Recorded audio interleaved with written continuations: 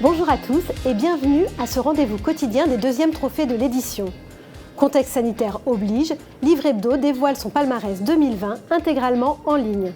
Chaque jour, une vidéo, et ce jusqu'au 7 décembre. Mais on vous a gardé le meilleur pour la fin, puisque nous serons en direct le 8 décembre pour vous révéler les 3 prix du public.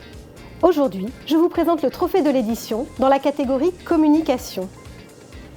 Ici, on récompense une campagne de promotion du livre, à la fois exemplaire et innovante, qui cible parfaitement prescripteurs et lecteurs.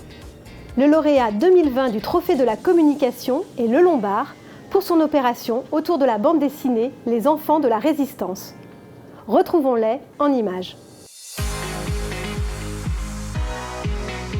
En 2019, nous avons souhaité renouveler notre communication autour des enfants de la Résistance, notre série Star.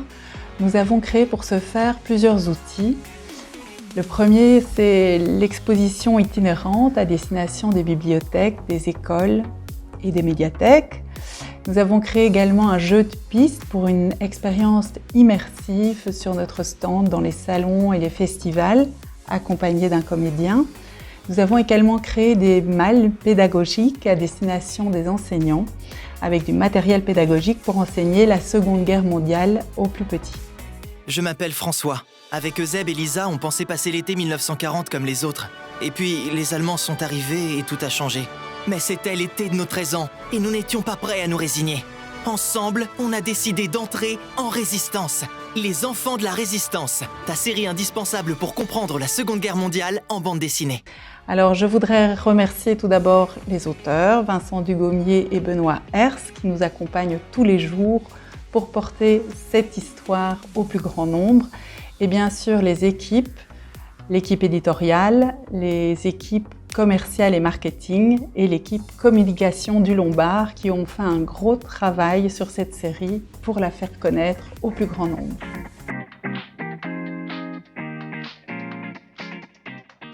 Bonjour à tous. La décision d'attribuer ce trophée de la communication aux enfants de la Résistance nous est apparue comme assez évidente parce que c'est le projet qui était le plus cohérent par rapport au contenu de l'ouvrage qu'il défendait. Les Enfants de la Résistance, c'est l'histoire de 3 gamins de 13 ans dans un village français sous l'occupation allemande qui décident de monter un réseau de résistance. Quoi de plus cohérent que de mettre les collégiens, les enseignants et les établissements scolaires au cœur du projet de communication. C'est ce qu'ont fait les éditions du Lombard avec beaucoup d'intelligence.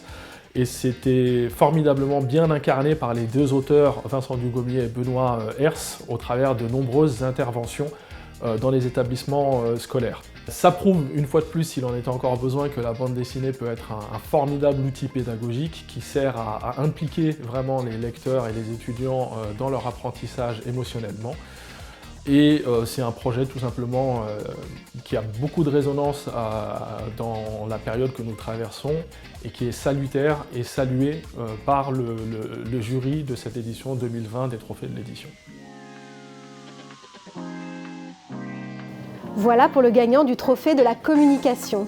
Demain à 11h, dans la quotidienne, vous retrouverez Vinci Thomas qui vous présentera le gagnant dans la catégorie Opération Marketing et Commercial.